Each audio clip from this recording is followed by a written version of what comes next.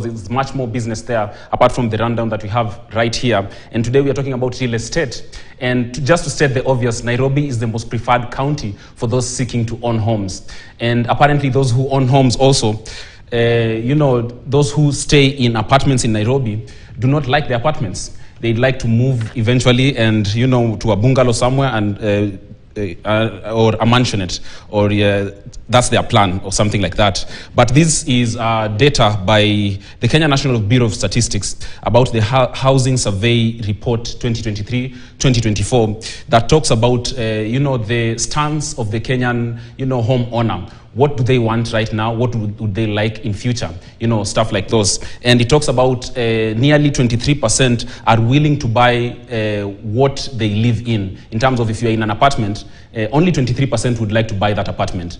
But more than 70% or more than 67% would like to move on and buy their own land and build their own. So that's the stance. That's 1 in 5 tenants are willing to buy. That's pretty low. And majority of rent owners, though, they say that the reasons why people would like to to go and live somewhere, for example, if you want to live in Imaradaima, it will be based on proximity, affordability before proximity. So people don't go to places where they think is closer to where they work, is because of the price first. Is not what they really need, is always what the money says. Kenyans are so good with money. And then, that's what is on the real estate today. And more about the confusion that mars the state's affordable housing dream is very political, but that's just that. But we move on to now the stories that are making headline today. 500 women entrepreneurs are to benefit from a Smart Biz Lab program by State Bank Mauritius, known as SMB Bank in Kenya, in partnership with Tactive Consulting to empower women entrepreneurs to scale their businesses. SMB Bank Kenya board chairperson says the program consists of training and coaching sessions which will equip women entrepreneurs with financial literacy, business acumen, and management skills in the small and medium enterprises space to enable them run profitable enterprises. Rolling out financial literacy program for women entrepreneurs, and we started today, and it's a kickoff that we did today in Nairobi, and very pleased with the crowd that we received, and very good feedback as well from all the participants. So very good initiative, and proud that it is very successful. Knowing other women entrepreneurs who are working very hard in the market, when you start your business, of course it's a great idea and you have all the dreams that these are the things you want to achieve, but the journey turns out to be very lonely sometimes. Then you start facing all sorts of hurdles, and finance is a major one. If you don't get proper guidance as to how you need to move forward in this journey, sometimes you get discouraged because there are so many things that you ought to be aware of that you don't know, and then you kind of give up. The program was really trying to orient the women around opportunities that would help them scale. The priorities there were looking at how do they use industry expertise to actually scale. How do they begin to adopt technology, reposition their brands, really check the fundamentals of their business from a unit economics standpoint, and value compliance. Now, Kenyan traders are being urged to embrace digital trade solutions and integrate artificial intelligence into their operations as the country accelerates efforts to position itself as a regional hub for digital commerce.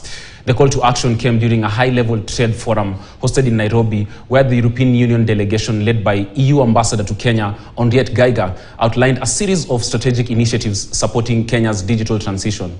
Sophia Ali with more. At the high-level forum in Nairobi, the message from the European Union was loud and clear. The future of trade is digital, and Kenya needs to be ready to lead. We are proactively helping Kenya to create the structures to take advantage of the new possibilities. The future is a digitized future. And if we're not digitizing trade, we're missing out. As simple as that. Apart from driving innovation, digitization is also a weapon against corruption and efficiency. Romanian Ambassador Gentiana Serbu says she knows this firsthand. This is a tool, and If you have a computer with an appropriate software, with modules on risk analysis, on enforcement, and other types of modules, you can help the customs officer and you can help the state to collect correctly the taxes. For small businesses, digital trade means global reach. With a laptop, the right tools, Kenyan's MSMEs can secure deals in faraway Europe without ever leaving their desks. Digitization of trade, the first thing why it's very important right now, it's reducing costs. And what countries are looking at is competitiveness. And part of competitiveness is how efficient you can be in doing trade. And so why we need to digitize and why countries and Kenya is at the forefront of digitizing, are looking forward to digitizing trade. And for us at KEPSA, we're really working, especially with the small enterprises, because it reduces costs of doing business. EU-Kenyan trade hit 3.4 billion euros in 2023, supporting over 500,000 jobs. With the EU-Kenya Economic Partnership Agreement, the EPA, now in force, and Kenya emerging as one of the most dynamic and promising economies in Africa, European businesses are more eager than ever to invest. And this forum is really important, especially for trade, as we explore the digital technologies in trade. Digitizing trade isn't just a trend. For Kenya, it is the gateway to a future of inclusive growth and global competitiveness. Sophia Ali, reporting for KTN. Moving on now to Kwale, where a silvery small fish is changing lives. Now in the quiet fishing village of Kibuyuni along Kenya's Kwale County coastline, a small silvery fish is transforming lives. The dagai, including sardines and anchovies, have long been a staple in the local diet and economy. But now, as Levis Musumba reports, it's women who are taking the lead in processing and trading these little fish, turning Kibuyuni into a rising economic hub and playing a vital role in the fight against rural poverty and malnutrition. As the first light breaks over Kibuyuni village, it brings renewed hope for traders like Elizabeth Luvuno. Na nilianza na shilingi 5,000. Na mpaka saa hii naweza sema niko kama na 25,000. Mambo ni pole wangu. Hata nisitaki kuula.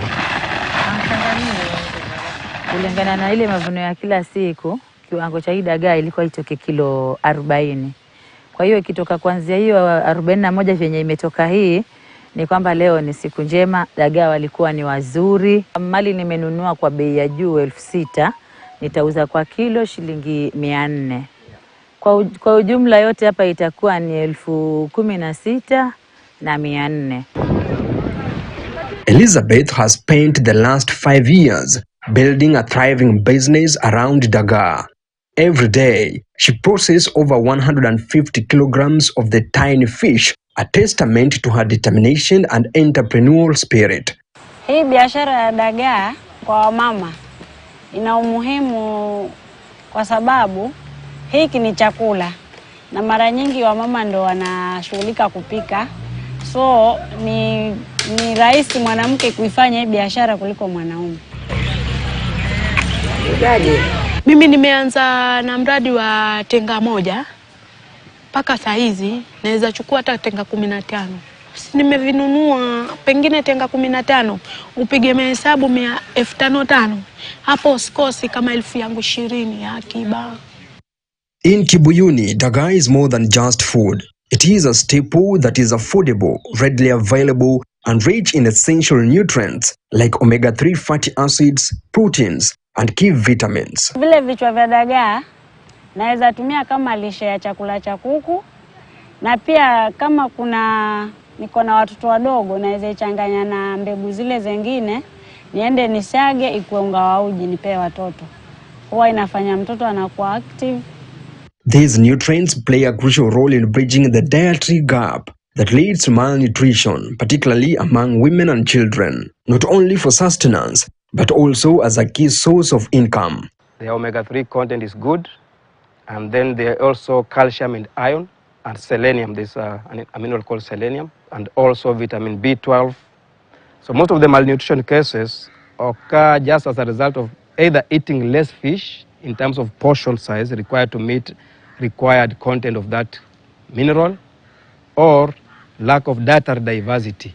The fish plays a pivotal role in food security, economic empowerment, and community nutrition along Kenya's coast.